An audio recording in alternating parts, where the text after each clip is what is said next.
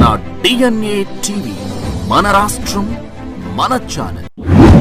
నమస్కారం, వార్తలకి స్వాగతం. ఈనాటి వార్తా విశేషాలు. ఎల్నినో ప్రభావంపై రైతుల్లో అవగాహన కల్పించాలని ముఖ్యమంత్రి నారా చంద్రబాబు నాయుడు సూచించారు. ఈ ఏడాది అంతటా ఎల్నినో ప్రభావం చాలా ఎక్కువగా ఉంటుందని అంచనాలు వస్తున్న నేపథ్యంలో ఇప్పటికే తీసుకున్న చర్యలతో పాటు రైతుల్లో మరింత అవగాహన కల్పించాలని సీఎం ఆదేశించారు. ఎల్నినో ప్రభావం వల్ల ఉత్పన్నమయ్యే పరిణామాలని రైతులకు వివరించడంతో పాటు ప్రత్యామ్నాయ పంటలు వేసుకునేలాగా రైతుల్ని ప్రోత్సహించాలని సూచించారు. రాష్ట్ర సచివాలయంలో సోమవారం ఆర్టీజీఎస్ కేంద్రం నుంచి వివిధ శాఖల పనితీరుపై సీఎం చర్చించారు.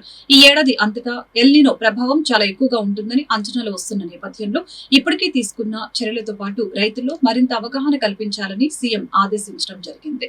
పంటల బీమా యాక్షన్ ప్లాన్ ని అమలు చేయాలని సూచించారు. రాష్ట్రంలోని మారుమూల ప్రాంతాల్లో ప్రభుత్వ సేవల విషయంలో కొంత గ్యాప్ ఉందని సీఎం చెప్పారు. ఆలూరు నియోజకవర్గ పర్యటనలో ఉద్యోగుల పనితీరును చదివి వినిపించినప్పుడు క్షేత్రస్థాయిలో ప్రజల నుంచి వచ్చిన ప్రతిస్పందనను అధికారుల వద్ద సీఎం చంద్రబాబు ప్రస్తావించారు. ప్రముఖ పుణ్యక్షేత్రం ఇంద్రకీలాద్రిపై వెలసిన కనకదుర్గమ్మ సన్నిధిలో శాకాంబరి ఉత్సవాలు వైభవంగా ప్రారంభమయ్యాయి. ఉత్సవాలలో భాగంగా వివిధ రకాల ఆకుకూరలు, పండ్లు, కూరగాయలతో దుర్గమ్మ దర్శనమిస్తున్నారు. ఉత్సవాల సందర్భంగా దుర్గమ్మ సన్నిధికి భక్తులు పెద్ద సంఖ్యలో తరలి వస్తున్నారు.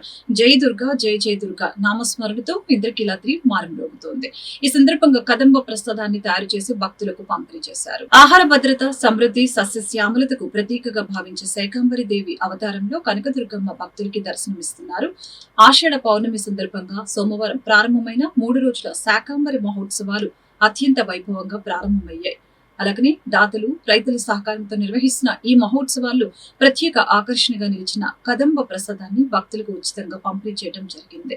శాకాంబరి ఉత్సవాలు అన్నదాతలకు, వ్యవసాయ సంపదకు, సమృద్ధి, వర్షాలకు ప్రతీకగా నిర్వహించే విశిష్ట ఆధ్యాత్మిక ఉత్సవంగా గుర్తింపు పొందాయి.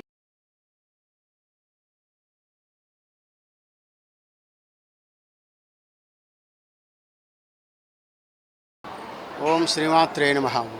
శ్రీ దుర్గామల్లేశ్వర స్వామి దేవస్థానం ఇంద్రకీలాద్రిపై శాకాంబరి ఉత్సవాలు అత్యంత వైభవపేతంగా ఈరోజు ప్రారంభమైనాయి.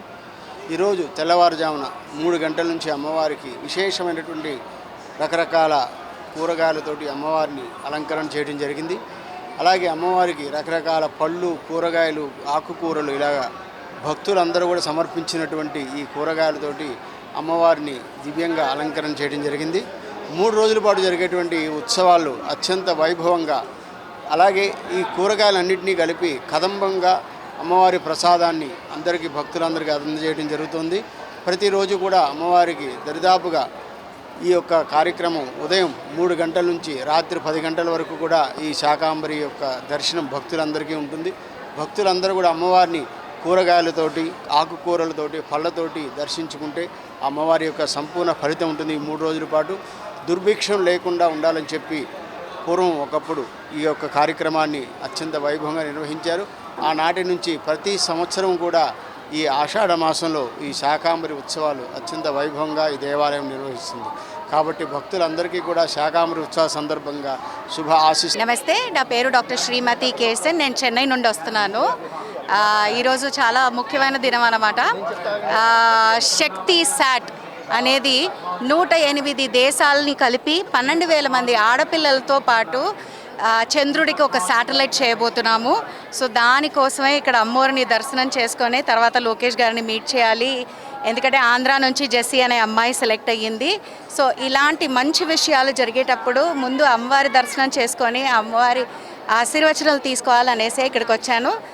దాదాపు 25 సంవత్సరాల తర్వాత నేను బెజవాడ వస్తున్నాను. కనకదుర్గమ్మ గుడికి 25 సంవత్సరాల తర్వాత వస్తున్నాను అనమాట. చాలా ఆనందంగా ఉంది.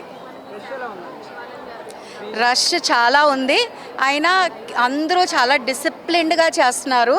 అండ్ ఈ టికెట్ ప్రాసెస్ అవన్నీ చాలా స్ట్రిక్ట్గా ఉంది. చాలా బాగుందండి. అయ్యో, అమ్మవారి అలంకారం అయితే బ్రహ్మాండం. ఇంకా శాకాహారి అలంకారం కదండి, చాలా చక్కగా ఉందండి. మనస్తృప్తిగా ఉంది. తప్పకుండా. కూటమి ప్రభుత్వంలో ప్రజలకు సంక్షేమం, రాష్ట్ర అభివృద్ధికి ప్రాధాన్యం ఇస్తున్నట్లు విజయవాడ పశ్చిమ నియోజకవర్గం ఇన్ఛార్జి బుద్ధా వెంకన్న తెలిపారు. అప్పుల ఊబిలో ఉన్న రాష్ట్రాన్ని చంద్రబాబు గాడిలో పెట్టారని, సూపర్ 6 పథకాలని కూడా అమలు చేస్తున్నట్లు తెలియజేశారు. గత వైసీపీ ప్రభుత్వంలో ఆగిపోయిన పోలవరం, అమరావతి పనుల్ని పరుగులు తీయిస్తున్నారని అన్నారు. ముఖ్యమంత్రి చంద్రబాబు నాయుడు ఆదేశాలు నేటి సోమవారం నుంచి ఇంటింటి ప్రచారం కార్యక్రమాన్ని రాష్ట్ర వ్యాప్తంగా టీడీపీ నేతలు ప్రారంభించారు. ఇందులో భాగంగా విజయవాడ పశ్చిమ నియోజకవర్గ టీడీపీ ఇన్ఛార్జి బుద్ధా వెంకన్న ఆధ్వర్యంలో ఇంటింటి ప్రచారం చేపట్టారు. ఈ సందర్భంగా భవానీపురం 40వ డివిజన్ లో ఇంటింటికి వెళ్లి కూటమి ప్రభుత్వం అమలు చేస్తున్న అభివృద్ధి సంక్షేమ కార్యక్రమాలను ప్రజలకు టీడీపీ నేత వివరించడం జరిగింది. పెన్షన్లు, మౌలిక సదుపాయాల గురించి ప్రజలు అడగగా ప్రభుత్వం దృష్టికి తీసుకువెళ్లి అర్హులకు అందేలాగా చేస్తామని బుద్ధా వెంకన్న హామీ ఇచ్చారు. ఆ పథకాలన్నీ కూడా పూర్తి చేయడమే కాకుండా ఆగిపోయినటువంటి పోలవరాన్ని, ఆగిపోయినటువంటి అమరావతిని కూడా ఉరుకులు పరుగులు తీస్తున్నది చంద్రబాబు నాయుడు గారి పరుగులు తీస్తున్నటువంటి సంక్షేమం ముందు ఇంటి పార్టీ తట్టుకోలేక ఈ రాష్ట్రంలో కులాలు, మతాలు, ప్రాంతాలు అనేది ఒక రోజేమో ప్రాంతాల్లో గురించి మాట్లాడుతున్నారు మావికన్నండి, మరో రోజేమో కులాల గురించి మాట్లాడతారు, ఇంకొక రోజేమో గర్జనలు అంటారు. అంటే ఏదైతే ఈ రాష్ట్రం అభివృద్ధి పథంలో నడవడం వాళ్ళకి ఇష్టం లేదు. ఏదో ఒక కార్యక్రమాన్ని పెట్టి ఆ రోజు ఋషులు త్యాగం చేసేటప్పుడు రాక్షసులు దానికి పాటు చేసినట్టు ఏదో ఒక విధంగా ఈ రాష్ట్రాన్ని పాటు చేద్దామనే ఒక తలంపుతో వైసీపీ పార్టీ జగన్మోహన్ రెడ్డి ఉన్నారు. దయచేసి ప్రజలు ఆ ట్రాప్లో పడకండి. ఎవరైతే ఈ రాష్ట్రంలో రాష్ట్ర అభివృద్ధికి చక్కగా పనిచేస్తారో, ఎవరు ఏ నాయకుడు అంటే గుండెల మీద చేసి హాయిగా నిద్రపోవచ్చు, శాంతి భద్రతలు ఉంటాయో అది ఒక్క చంద్రబాబు నాయుడు గారి వల్ల ఇది. ఈరోజు చంద్రబాబు నాయుడు గారికి లక్ష్మణులాగా పవన్ కళ్యాణ్ గారు కూడా వెనకాల ఉండి ఒక తమ్ముళ్ళలాగా ఈ కూటమి ప్రభుత్వాన్ని చక్కగా తీసుకెళ్తున్నారు. పైన మరి పెద్ద ఆయన మోడీ గారు ఈ రాష్ట్రానికి కావాల్సినటువంటి నిధులు అన్నీ అమలు చేస్తున్నారు. కాబట్టి ప్రజలందరూ కూడా ఆలోచించండి. అప్పులో ఉన్నటువంటి ఈ రాష్ట్రాన్ని చంద్రబాబు నాయుడు గారి నాయకత్వంలో కూటమి ప్రభుత్వం ఉరకలు పరుగులు చూపిస్తూ సంక్షేమ కార్యక్రమాలు ఏవైతే పెన్షన్ కానివ్వండి, గ్యాస్ బండ్లు అనేవి కానివ్వండి, ఆ తల్లికి పిల్లలు కానివ్వండి, ఉచిత బస్సు కానివ్వండి, ఇవన్నీ కూడా ఎంతో భారమైనా సరే చంద్రబాబు నాయుడు గారు చేస్తున్నారు. కానీ ఇవాళ మనం చూస్తున్నాం, ఏ ఛానల్ పెట్టినా, ఏ పేపర్ చూసినా కులాలు, మతాలు, ప్రాంతాలు విడదీద్దామనే ఆలోచనలో ఉన్నారు. ప్రజలు ఆ పేపర్లో పడుతుంది. చంద్రబాబు నాయుడు గారు ఉంటేనే ఈ రాష్ట్రానికి భవిష్యత్తు. కూటమి ప్రభుత్వం ఇంకా 30 ఏళ్ళు ఉంటుంది, ఇంకా 15 ఏళ్ళు ఉంటుందని చంద్రబాబు నాయుడు గారు, పవన్ కళ్యాణ్ గారు, మోడీ గారు కూడా చెప్తున్నారు. కూటమి ప్రభుత్వంలో విజయవాడ నగర అభివృద్ధి కుంటుపడిందని ఎన్టీఆర్ జిల్లా వైసీపీ నేతలు తీవ్ర స్థాయిలో ధ్వజమెత్తారు. అమరావతి అభివృద్ధి సాకుతో విజయవాడ నగర అభివృద్ధిని కూటమి నాయకులు గాలికి వదిలివేశారని, నగరపాలక సంస్థకి కూటమి ప్రభుత్వం రూపాయి కూడా ఖర్చు చేయలేదని విమర్శలు గుప్పించారు. గత వైసీపీ హయాంలో విజయవాడ నగరం అభివృద్ధి పదంలో పరుగులు పెట్టిందని ఉద్ఘాటించారు. విజయవాడ నగర సమస్యల మీద మున్సిపల్ కమిషనర్ ని ఎన్టీఆర్ జిల్లా అధ్యక్షులు దేవినేని అవినాష్, మాజీ ఎమ్మెల్యేలు వెల్లంపల్లి శ్రీనివాస్, మల్లాది విష్ణు, మాజీ మేయర్ రాయన భాగ్యలక్ష్మి, మాజీ ఫ్లోర్ లీడర్, మాజీ డిప్యూటీ మేయర్లు, మాజీ కార్పొరేటర్లు కలిసి త్రాగునీరు, పారిశుద్ధ్య, ఇతర సమస్యల్ని పరిష్కరించాలని వినతి పత్రం సమర్పించడం జరిగింది. ఎంపీ పెళ్లిలకు, తద్దినాలకు కనిపిస్తున్నారని, ఎమ్మెల్యే దర్శనమే లేదని అన్నారు. గత ప్రభుత్వంలో శాంక్షన్ అయిన వర్కులు ఎక్కడివి అక్కడే వదిలేశారని, ప్రభుత్వ స్థలాలు అద్దెలకు ఇచ్చుకుంటున్నారని ఆరోపించారు. కమ్యూనిటీ హాల్స్, వాటర్ ట్యాంక్స్ పనులు చేయడం లేదని, కమ్యూనిటీ హాల్స్ అసాంఘిక కార్యక్రమాలకు అడ్డాగా మారిపోతున్నాయని మండిపడ్డారు. శానిటేషన్ పూర్తిగా వదిలివేశారని, అమరావతి పేరుతో విజయవాడని వదిలివేశారని విమర్శలు గుప్పించారు. ముందు బాబులకు అది పార్టీ కేంద్రంగా మారిపోయింది. మేమంత కాలనీలో పార్కులు డెవలప్ చేసి పెడితే ఈరోజు రాత్రి అయ్యేసరికి ఆ ప్రాంతంలో ప్యాకాట్ ఆరిస్తాం కానివ్వండి, ముందు బాబులందరూ గారా పార్టీలు చేసిన విధంగా ముందుకెళ్తాం. 5 సంవత్సరాలు ప్రజానికి అందరు గారా వైఎస్ఆర్ కాంగ్రెస్ పార్టీ చేసిన అభివృద్ధి కార్యక్రమాలు గుర్తు చేసుకుంటున్నారు. ఈ 2 సంవత్సరాల్లో అధికారులు ఎవరు గారా ప్రజానికానికి అందుబాటులో ఉండట్లా, గెలిచిన ఎమ్మెల్యేలు, ఎంపీలు గారు ఎవరు గారు అందుబాటులో ఉండట్లా, ప్రజానికం ఎన్నో కష్టాలు, మరీ ముఖ్యంగా కొండ ప్రాంత వాసులు ఎన్నో ఇబ్బందులు, నీళ్లు లేక, వర్షం పడితే ఎన్నో ఇబ్బందులు ఈరోజు కొండ ప్రాంత వాసులు ఇబ్బంది పడుతున్నారు. గతంలో మా హయాంలో వర్షం పడి ఎక్కడైనా నీళ్లు నిల్చున్నా వెంటనే మోటార్లు పెట్టి తీసేవాళ్ళం. ఈరోజు వర్షం పడి రోజులు గడుస్తున్నా నీళ్లు గారు అదే విధంగా నిలిచిపోయి పాపం చనిపోయిన వాళ్ళు గారు ఆ నీళ్లలోనే శవాన్ని పెట్టిన విధంగా ఈరోజు ఈ కూటమి ప్రభుత్వం పనిచేస్తామని చెప్పి అందరూ చెప్పుకుంటున్నారు. ఏదైతే వినతి పత్రాలు ఇచ్చామో దాని మీద వెంటనే యాక్షన్ తీసుకోవాలి. విజయవాడ ఇంద్రకీలాద్రిపై కొలువై ఉన్న శ్రీ దుర్గా మల్లేశ్వర స్వామివారి దేవస్థానంలో ఆంధ్రప్రదేశ్ హైకోర్టు న్యాయమూర్తులు సుజాత, సునీత అమ్మవారిని దర్శించుకుని ప్రత్యేక పూజలు నిర్వహించారు. ప్రత్యేక పూజల అనంతరం వేద పండితులు న్యాయమూర్తులకి వేద ఆశీర్వచనం అందజేశారు. ఆలయ ఈవో వికే సీనా నాయకు అమ్మవారి చిత్రపటం ప్రసాదాలను అందజేశారు. కార్యక్రమంలో వైదిక కమిటీ సభ్యులు, ప్రధాన అర్చకులు పాల్గొన్నారు. కూటమి ప్రభుత్వ పాలనలో రాష్ట్రం అభివృద్ధి పదంలో ముందుకు వెళ్తుందని టీడీపీ యువ నాయకులు గద్దె క్రాంతి అన్నారు. తూర్పు నియోజకవర్గంలో ఇంటింటికి తెలుగుదేశం పార్టీ కార్యక్రమంలో భాగంగా గద్దె క్రాంతి కార్యకర్తలతో కలిసి ఇంటింటి ప్రచారంలో పాల్గొన్నారు. ఈ సందర్భంగా ఆయన మాట్లాడుతూ సూపర్ 6 ప్రజల్లో మంచి ఆదరణ వస్తుందని అన్నారు. తల్లికి వందనం పథకం ద్వారా కూటమి ప్రభుత్వానికి మంచి స్పందన వస్తుందని అన్నారు. ప్రభుత్వం అమలు చేస్తున్న సంక్షేమ అభివృద్ధి కార్యక్రమాలను ప్రతి ఇంటికి చేరవేస్తున్నామని, తూర్పు నియోజకవర్గ ప్రజల సంక్షేమం, సమగ్ర అభివృద్ధి లక్ష్యంగా ప్రజలతో మరింత దగ్గర అవుతున్నట్లు తెలియజేశారు. రోజు విజయవాడ తూర్పు నియోజకవర్గంలో డోర్ టు డోర్ ప్రోగ్రాము చాలా సందడిగా జరుగుతూ ఉంది. అయితే 2 ఏళ్ల కూటమి ప్రభుత్వంలో దాదాపుగా సంక్షేమం అలాగే అభివృద్ధి రెండు కూడా సమానంగా ప్రాధాన్యత ఇస్తా ముందుకు సాగింది. ఈరోజు మేము ఇక్కడ ప్రజలందరినీ కలిసి వారి క్రమశిక్షణతో వారి ఆనెస్ట్ ఫీడ్బ్యాక్ అడగటానికి చంద్రబాబు గారు ఈ కార్యక్రమం పెట్టడం అనేది జరిగింది. అయితే మాకు ఈరోజు వచ్చిన ఫీడ్బ్యాక్ ఏంటంటే, అందరూ చెప్తా ఉన్నది ఏంటంటే, అన్ని వర్గాలకి, యువకులకి, యువతకి ఎలాగైతే ఉద్యోగాల కోసం, పెట్టుబడులు తేవడం కోసం నిరంతరం కృషి చేస్తూ ఉన్నారు. అది కనిపిస్తూనే ఉంది. దాదాపుగా చాలామంది యువతకి కొత్త ఉద్యోగాలు రావడం జరిగింది. దాంతోపాటు రోడ్లు కానీ, డ్రైనేజీలు కానీ, అలాగే వాటర్ డిస్ట్రిబ్యూషన్ కానీ అన్ని మౌలిక సదుపాయాలు కూడా అందరికీ అందుతున్నాయని, ఇంకా అభివృద్ధి జరుగుతూ ఉందని, కళ్ళ ముందు కనిపిస్తూ ఉందని ప్రజలు చెప్తా ఉన్నారు. అలాగే సంక్షేమానికి వస్తే పెట్టిన ప్రతి పథకం కూడా అందరికీ అందుతూ ఉందని ఎంతో సంతోషంగా ఉన్నారు. మొన్నే తల్లికి వందనం పడటంతో అందరూ కూడా, తల్లులు కూడా చాలా ఆనందం వ్యక్తం చేయటం జరిగింది. అలాగే మనం ఈ కార్యక్రమం ద్వారా, రాష్ట్రం అంతా కూడా ఈ కార్యక్రమం ద్వారా ప్రజలకి నేరుగా వారి ముందుకెళ్ళి వారి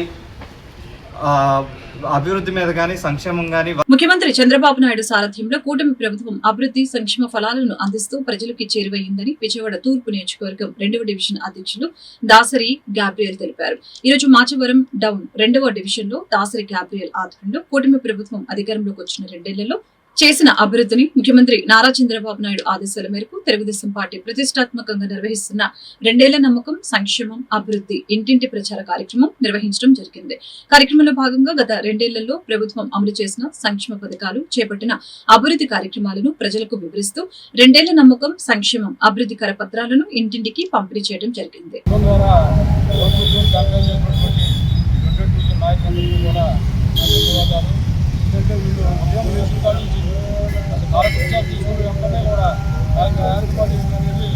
చాలా ఆనందం వేసింది. సందర్భంగా ఇక్కడ మనీ కార్పొరేటర్ గాబ్రియల్ గారు కూడా తన ఒపీనియన్, జనాల్లో ఉన్న రెస్పాన్స్ ఏంటి చెప్పడం జరిగింది. ఇలా కార్యక్రమాలన్నీ కూడా చంద్రబాబు గారు, పవన్ కళ్యాణ్, లోకేష్ బాబు ద్వారా ఎన్నికలు జరగడం వల్ల మాకు చాలా ఆనందంగా ఉంది.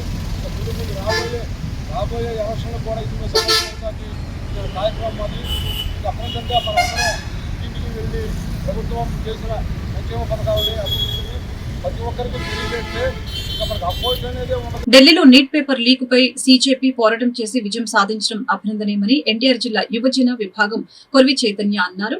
డిఎస్సీలో జరిగిన అవకతవకలపై కూడా గతంలో మేము నిరసనలు చేసి కలెక్టర్ కి వినతి పత్రం అందజేశామని, దానిపై ఇప్పటి వరకు చర్యలు తీసుకోలేదని అన్నారు. నారా లోకేష్ చెప్తున్న మాటలకి అసలు వాస్తవాలకి పొందన లేదని అన్నారు. దీనిపై సిట్టింగ్ జడ్జితో కానీ, సిబిఐతో కానీ విచారణ చేయించాలని డిమాండ్ చేశారు. దగా డిఎస్సీగా మారిందని ఆరోపిస్తూ ఎన్టీఆర్ జిల్లా వైసీపీ యువజన విభాగం మరియు విద్యార్థి విభాగం ఆధ్వర్యంలో ఈ నెల 28వ తేదీన భారీ ర్యాలీ నిర్వహించనున్నారు. దీనికి సంబంధించిన పోస్టర్ ని ఎన్టీఆర్ జిల్లా యువజన విభాగం అధ్యక్షులు కొరివి చైతన్య, విద్యార్థి విభాగం అధ్యక్షులు కోమల్ సాయి ఆవిష్కరించారు. ఈ సందర్భంగా కొరివి చైతన్య మాట్లాడారు. డీసీ పేరుతో నిరుద్యోగులను ప్రభుత్వం మోసం చేసిందని చెప్పారు. దీంతో జరిగిన వాస్తవాలు బయటకు రావాలంటే వెంటనే విచారణ చేపించాలని కోరడం జరిగింది. దీనిపై ఈ నెల 28వ తేదీన గాంధీనగర్ విజయ టాకీస్ వంతెన వద్ద నుంచి ధర్నా చౌక్ వరకు ర్యాలీ నిర్వహించి మరొకసారి నిరసన తెలియచేయనున్నట్లు చెప్పారు. దేశ రాజధానిలో ఢిల్లీలో నీట్ పేపర్ లీక్ సంబంధించి బీజేపీ పార్టీ పోరాటాన్ని మొదలుపెట్టింది. ఎంతో స్ఫూర్తిదాయకంగా ఆ పోరాటాన్ని నడిపి కొన్ని నెలల పాటు ఆ పోరాటాన్ని నడిపి ఈరోజు ఎంతో ఘన విజయం సాధించింది అని సందర్భంగా బీజేపీ పార్టీ ప్రతినిధులకి అభినందనలు తెలియజేస్తూ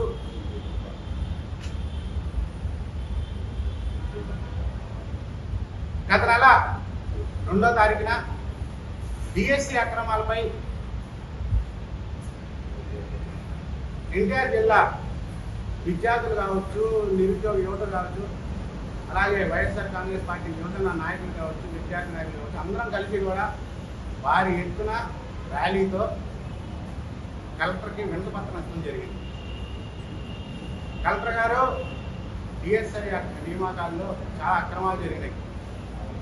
అవుట్ సోర్సింగ్ లో పనిచేస్తున్న వాళ్ళు మొదటి ర్యాంక్ సాధించారు. అలాగే వాళ్ళు మళ్ళీ వెంటనే వాళ్ళు మొదటి ర్యాంక్ సాధించారని తెలియగానే వైఎస్ఆర్ కాంగ్రెస్ పార్టీ యువజన విభాగం అందరూ కూడా ఇదంతా మీడియా ద్వారా మీ అందరికి తెలియజేయడం జరిగింది. దాన్ని వెంటనే మొదటి ర్యాంక్ ఎవరైతే సాధించారో అతన్ని మెరిట్ లిస్ట్లో తీసేసి పక్కన పెట్టేసి అతని సర్టిఫికేట్లు కూడా వెరిఫికేషన్ చేయకుండా పక్కన పెట్టేశారు. ఏపీ ఆర్టీసీ అవుట్ సోర్సింగ్ ఉద్యోగుల సమస్యల్ని రాష్ట్ర ప్రభుత్వం వెంటనే పరిష్కరించాలని ఉద్యోగ సంఘాల నాయకులు డిమాండ్ చేశారు. రాష్ట్ర ప్రభుత్వంతో పలుమార్లు సంప్రదింపులు జరిపినప్పటికీ తమ సమస్యలు పరిష్కారం కాలేదని ఆవేదన వ్యక్తం చేశారు. ఆర్టీసీలో అనేక సంవత్సరాలుగా సేవలందిస్తున్న అవుట్ సోర్సింగ్ కార్మికులు ఇప్పటికీ తక్కువ వేతనాలతో పనిచేస్తున్నామని అన్నారు. ఈఎస్ఐ, పిఎఫ్ సక్రమంగా అమలు కావడం లేదని తెలిపారు. ఆంధ్రప్రదేశ్ లో నేడు ఆర్టీసీ అవుట్ సోర్సింగ్ ఉద్యోగులు ఆందోళనకి దిగారు. నేడు చలో విజయవాడకు అవుట్ సోర్సింగ్ ఉద్యోగులు పిలుపునిచ్చారు. అవుట్ సోర్సింగ్ ఉద్యోగులు నేడు హనుమాన్పేట నుంచి ధర్నా చౌక్ వరకు భారీ ర్యాలీని నిర్వహించారు. అనంతరం ధర్నా చౌక్ లో ఉద్యోగుల మహాధర్నా కార్యక్రమం నిర్వహించారు. ఏఐటీసీ రాష్ట్ర ప్రధాన కార్యదర్శి ఈరోజు ఆర్టీసీ డిపార్ట్మెంట్లో పనిచేస్తున్నటువంటి అవుట్ సోర్సింగ్ కార్మికులు విజయవాడ కార్యక్రమం, చలో విజయవాడ కార్యక్రమం నిర్వహించడానికి పెద్ద ఎత్తున రాష్ట్ర వ్యాప్తంగా తరలి రావడం జరిగింది. వీళ్ళు ప్రధానంగా ఇలా సమస్యలు చాలా అపరిష్కృతంగా ఉన్నాయి. అనేక సార్లు ఎండీని కలిసినా, ఈడీని కలిసిన, ఏటీఎంలు, సిటిఎంలు అందరినీ, డిపో మేనేజర్లను, ఆర్ఎంఎల్ను కూడా కలిసి విజ్ఞాపన పత్రాలు ఇచ్చినా కానీ వీళ్ళ సమస్యలు ఏ ఒక్కరూ పట్టించుకునే పరిస్థితులలో ఈరోజు చలో విజయవాడ కార్యక్రమాన్ని నిర్వహించడం జరుగుతోంది. ముఖ్యంగా ఈ డిమాండ్లు మరి కనీస వేతనం అమలు చేయాలని, సుప్రీంకోర్టు ప్రకారం మరి సమాన పనికి సమాన వేతనం ఇవ్వాలని, ఆర్టీసీలో పనిచేస్తున్నటువంటి అవుట్ సోర్సింగ్ కార్మికులకు, అలాగే ఆంకల్ డ్రైవర్లకు మరి ముఖ్యంగా మరి బస్సు పాసులు, గుర్తింపు కార్డులు, సెలవులు ఇవ్వాలని డిమాండ్ చేస్తున్నాము. మరి ముఖ్యంగా వాళ్ళకి ఇచ్చేటువంటి వేతనాలు కూడా చాలా తక్కువ వేతనాలు ఇస్తున్నారు. ఈరోజు ప్రభుత్వం తన పరిపాలనా విధానంలో 73 రకాల షెడ్యూల్స్లో వేతనాలు పెంచగా దాదాపు 12-14 సంవత్సరాలు కావస్తుంది. కాబట్టి ఈరోజు పాలన అంతా కూడా మరి చాలా దుర్మార్గంగా జరుగుతోంది. అన్ని కూడా ప్రైవేటీకరణ విధానాలను ప్రవేశపెట్టారు. ఇప్పటికే అన్ని రంగాలలో ప్రైవేటీకరణ తెచ్చారు. మరి ఆర్టీసీలో కూడా ఈ ప్రైవేటీకరణ పిచ్చి చంద్రబాబు నాయుడుకు చాలా ముదిరింది. అందుకనే ఈరోజు విద్యుత్ బస్సుల పేరుతో ఆగస్టు 16వ తేదీన విజయవాడలో కాపు నాయకుల సమావేశం నిర్వహించినట్లు కాపునాడు రాష్ట్ర కాపు జేఏసీ చైర్మన్ గాళ్ల సుబ్రహ్మణ్యం, కాపునాడు రాష్ట్ర జేఏసీ అధ్యక్షులు ఆర్జా రామకృష్ణ వెల్లడించారు. ఈ సమావేశంలో కాపు సమస్యలపై చర్చ నిర్వహించేందుకు అన్ని రాజకీయ పార్టీలను ఆహ్వానిస్తున్నామని, తప్పక అందరూ పాల్గొని కార్యక్రమాన్ని జయప్రదం చేయాలని కోరారు. విజయవాడ గాంధీనగర్ ప్రెస్ క్లబ్ నందు నిర్వహించిన మీడియా సమావేశంలో కాపునాడు రాష్ట్ర కాపు జేఏసీ చైర్మన్ గాళ్ల సుబ్రహ్మణ్యం, కాపునాడు రాష్ట్ర జేఏసీ అధ్యక్షులు అర్జా రామకృష్ణ మాట్లాడారు. ఆగస్టు 16వ తేదీన విజయవాడలో కాపు నాయకుల సమావేశం నిర్వహించనున్నామని, ఈ సమస్యలు కాపు సమస్యల గురించి చర్చ నిర్వహిస్తామని తెలియజేశారు. సమావేశానికి ఇతర రాష్ట్రాల నాయకుల్ని కూడా ఆహ్వానిస్తున్నామని తెలిపారు. రాష్ట్రంలో సంఖ్యాబలం ఉన్న కులం తమదే అని, రాష్ట్రంలో ఏ రాజకీయ పార్టీ అధికారంలోకి రావాలని నిర్ణయం తీసుకునే బలమున్న సామాజిక వర్గం తమదని అన్నారు. తమ సమస్యల పరిష్కారం కోసం ఈ సమావేశంలో చర్చించి కాపు నాయకులు సంఘాల సూచనలు తీసుకుని ఒక కార్యాచరణతో ముందుకు వెళ్తామని స్పష్టం చేశారు. ఉద్యమ రూపంలో ఎన్నో ప్రయత్నాలు ప్రయాణాలు చేశారు. మాకు కావాల్సిన అంశాల్లో రిజర్వేషన్ అంశం కానీ అట్లాగే విదేశీ విద్య విషయంలో కానీ అనేక సందర్భాల్లో కాపు సామాజిక వర్గంలో ఉన్న నాయకులు ముద్రగడ పద్మనాభం గారు కానీ వంగవీటి మోహన్ రంగా గారు కానీ అట్లాగే స్థానికంగా ఉన్న నాయకత్వం సుబ్రహ్మణ్యం గారు కానీ చందు జనార్దన్ గారు కానీ హర్జా గారు కానీ అనేక మంది ఈ సామాజిక వర్గం ఉన్నతి కోసం ప్రయత్నిస్తూనే ఉన్నాం. మరి ప్రభుత్వాలు మారుతున్నాయి కానీ ఇక్కడ స్థితిగతులు మారుతున్నా మేము. గతంలో రిజర్వేషన్లు ఇచ్చారు స్వతంత్రం ముందు, తర్వాత నాయకులు మారారు, మళ్ళీ రిజర్వేషన్ తీశారు, మళ్ళీ ఒక దామోదరం సంజీవ్ గారు లాంటి వాళ్ళు వచ్చారు, రిజర్వేషన్లు ఇచ్చారు, సంజీవ్ రెడ్డి గారు వచ్చి తీసేశారు. అసలు ఎందుకని ఈ జాతి మీద వివక్ష, ఎందుకని మమ్మల్ని ఇట్లా అడగదొక్కుతున్నారనేది అది ఒక సందేహంగానే మిగిలిపోయింది. మరి ఇలాంటి పరిస్థితులు ఉత్పన్నం కాకుండా మరి మా అనేక సంఘాలు ఉన్నాయి, దాన్ని అవమానపరుస్తా మాట్లాడుతున్న నాయకులు కూడా చెప్పుల తయారీ కార్మికులు ఎదుర్కొంటున్న సమస్యలు తక్షణమే ప్రభుత్వం స్పందించి న్యాయం చేయాలని రాష్ట్ర కార్యదర్శి కూరపాటి నాగరాజు పిలుపునిచ్చారు.